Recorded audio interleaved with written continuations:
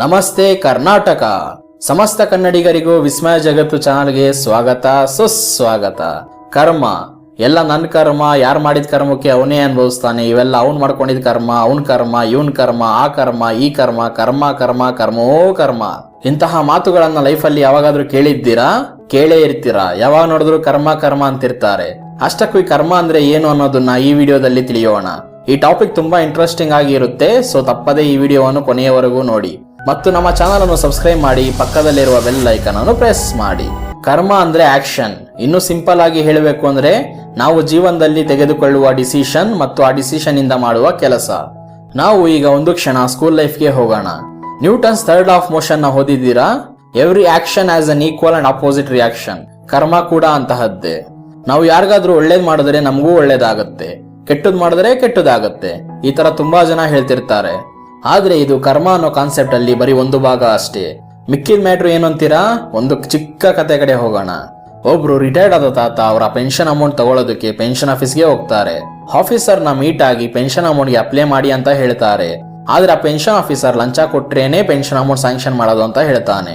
ಆದ್ರೆ ಆ pension amount ಬಂದ್ರೆ ಮಾತ್ರನೇ ಆ ತಾತ ಅವರ ಮನೆ ನಡೆಯುವ ಪರಿಸ್ಥಿತಿ. ಅದಕ್ಕೆ ಆ ತಾತ, ನೀವು ಕೇಳುವಷ್ಟು ಹಣ ಕೊಡುವ ಪರಿಸ್ಥಿತಿಯಲ್ಲಿ ನಾನು ಇಲ್ಲ ಅಂತಾರೆ. ಆದ್ರೆ ಆಫೀಸರ್ ಕೇಳಿಲ್ಲ, ಲಂಚ ಕೊಟ್ರೇನೆ ಪೆನ್ಷನ್ ಅಮೌಂಟ್ ಸ್ಯಾಂಕ್ಷನ್ ಮಾಡೋದು ಅಂದ. ಆ ತಾತ ಏನು ಮಾಡಕ್ಕೆ ಆಗದೆ ಮನೆಗೆ ಹೋಗಿ ಮರುದಿನ ಮತ್ತೆ ಪೆನ್ಷನ್ ಆಫೀಸ್ಗೆ ಬರ್ತಾರೆ. ಆ ಆಫೀಸರ್ ಮತ್ತೆ ಲಂಚ ಕೇಳ್ತಾನೆ.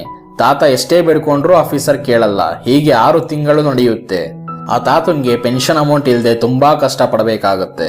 ಸ್ವಲ್ಪ ದಿನಕ್ಕೆ ಆಫೀಸರ್ಗೆ ಪ್ರಮೋಷನ್ ಬರುತ್ತೆ. ಒಳ್ಳೆ ಪೊಸಿಷನ್ಗೆ ಹೋಗ್ತಾನೆ. ಲೈಫ್ ಫುಲ್ಲು ಹ್ಯಾಪಿಯಾಗಿ ನಡೀತಿದೆ ಅನ್ನೋ ಟೈಮಲ್ಲಿ ಕತೆ ಉಲ್ಟಾ ಹೊಡೆಯುತ್ತೆ. ಏನಂದ್ರೆ ಒಂದು ದಿನ ಆಫೀಸರ್ ಮನೆಗೆ ಹೋಗುವಾಗ ಕಾರ್ ಆಕ್ಸಿಡೆಂಟ್ ಆಗುತ್ತೆ. ಆಫೀಸರ್ ಸೊಂಟ ಮುರಿದು ಹಾಸ್ಪಿಟಲೈಸ್ ಆಗ್ತಾನೆ. ಹಾಗೆ ಅವನು ಮಾಡ್ಕೊಂಡಿದ್ದ ಕರ್ಮಕ್ಕೆ ಅವನೇ ಅನುಭವಿಸ್ತಾನೆ. ಈಗ ನಾವು ಈ ಕಥೆಯಲ್ಲಿ ಕರ್ಮಕ್ಕೆ ಸಂಬಂಧಿಸಿದ ಕ್ಯಾಲ್ಕುಲೇಷನ್ಸ್ ಬಗ್ಗೆ ನೋಡೋಣ. ಪ್ರಪಂಚದಲ್ಲಿ ಎಂತಹ ವಿಷಯಕ್ಕೆ ಸಂಬಂಧಿಸಿದ ಡೇಟಾವನ್ನಾದರೂ ನಾವು storage devices like pen drive, memory card, hard disk ಎಕ್ಸೆಟ್ರಾಗಳಲ್ಲಿ ಸ್ಟೋರ್ ಮಾಡಬಹುದು. ಹಾಗೆಯೇ ನಮ್ಮ ಬಾಡಿಯಲ್ಲೂ ಕೂಡ ಸ್ಟೋರೇಜ್ ಡಿವೈಸಸ್ ಇರುತ್ತೆ. DNA, ಸ್ಪಿರಿಟ್ ಇಲ್ಲ ಸೋಲ್ ಅಂದ್ರೆ ನಮ್ಮ ಆತ್ಮ. ನಾವು ಮಾಡುವ ಪ್ರತಿ ಕೆಲಸ, ಆಡುವ ಪ್ರತಿ ಮಾತು ಕೂಡ ಹೀಗೆ ಆಟೋಮೆಟಿಕ್ ಆಗಿ ಸ್ಟೋರ್ ಆಗುತ್ತೆ. ಈ ಸೋಲ್ ಅಲ್ಲಿರೋ ಇನ್ಫಾರ್ಮೇಶನ್ ಎಲ್ಲ ನಮ್ಮ ಭೂಗ್ರಹದ ಸುತ್ತ ಇರೋ ಕೆಲವು ಸೈಕಿಕ್ ಲೇಯರ್ಸ್ ಅಲ್ಲಿ ಸ್ಟೋರ್ ಆಗಿರುತ್ತೆ.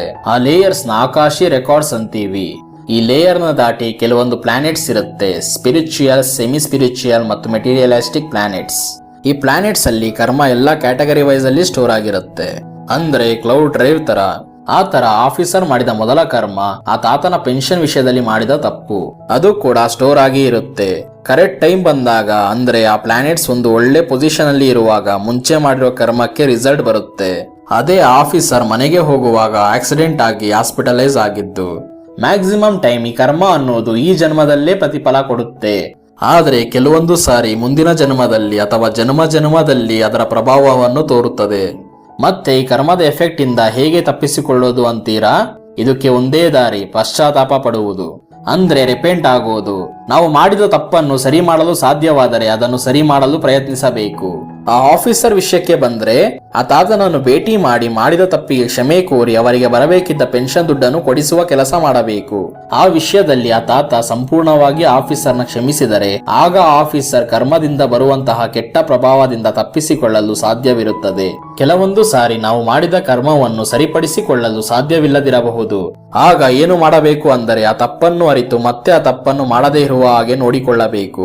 ನಾವು ಮಾಡುವ ಕರ್ಮದಲ್ಲಿ ಒಳ್ಳೆಯದು ಹೆಚ್ಚು ಇದ್ದರೆ ಆಟೋಮೆಟಿಕ್ ಆಗಿ ಕೆಟ್ಟ ಕರ್ಮದ ಪ್ರಭಾವದಿಂದ ತಪ್ಪಿಸಿಕೊಳ್ಳಲು ಅವಕಾಶವಿರುತ್ತದೆ.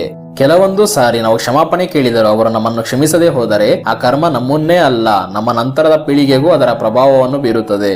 ಅಂದ್ರೆ ನಮ್ಮ ಮಕ್ಕಳು. ಯಾಕಂದರೆ ನಾವು ಆಗಲೇ ಡಿಸ್ಕಸ್ ಮಾಡಿದ ಹಾಗೆ ಕರ್ಮ ನಮ್ಮ DNA ಯಲ್ಲೂ ಕೂಡ ಸ್ಟೋರ್ ಆಗಿ ಇರುತ್ತೆ. ಹಾಗೆ DNA ಯಲ್ಲಿ ಸ್ಟೋರ್ ಆಗಿರೋ ಕರ್ಮ ನಮ್ಮ ಮಕ್ಕಳಿಗೂ ಅದರ ಪ್ರಭಾವವನ್ನು ಬೀರುತ್ತದೆ. ಅದಕ್ಕೆ ಹೇಳ್ತಾರೆ, ಕರ್ಮದಿಂದ ತಪ್ಪಿಸಿಕೊಳ್ಳಲು ಯಾರಿಂದಲೂ ಸಾಧ್ಯವಿಲ್ಲ ಅಂತ. ಕೊನೆಗೆ ದೇವರಾದರೂ ಸರಿ, ಕರ್ಮದಿಂದ ತಪ್ಪಿಸಿಕೊಳ್ಳಲು ಸಾಧ್ಯವಿಲ್ಲ. ಏನು, ಆ ದೇವರು ಕೂಡನಾ ಅಂತ ಯೋಚಿಸ್ತಿದ್ದೀರಾ? ಆ ಕತೆ ಬಗ್ಗೆ ಮುಂಬರುವ ವಿಡಿಯೋದಲ್ಲಿ ಹೇಳ್ತೀನಿ. ನಾನು ನಿಮ್ಮ ವೈಕೆ, ನೀವು ನೋಡ್ತಿರುವುದು ವಿಸ್ಮಯ ಜಗತ್ತು ಚಾನಲ್. ನಮ್ಮ ಚಾನಲ್ ಅನ್ನು ಸಬ್ಸ್ಕ್ರೈಬ್ ಮಾಡಿ, ಪಕ್ಕದಲ್ಲೇ ಇರುವ ಬೆಲ್ ಐಕಾನ್ ಅನ್ನು ಪ್ರೆಸ್ ಮಾಡಿ. ನಗ್ತಾ ಇರಿ, ನಗಿಸ್ತಾ ಇರಿ, ಖುಷಿಯಾಗಿರಿ. ಮತ್ತೆ ಸಿಗ್ತಾ ಇರೋಣ. ಅಲ್ಲಿವರೆಗೂ ಥ್ಯಾಂಕ್ ಯು ಫಾರ್ ವಾಚಿಂಗ್.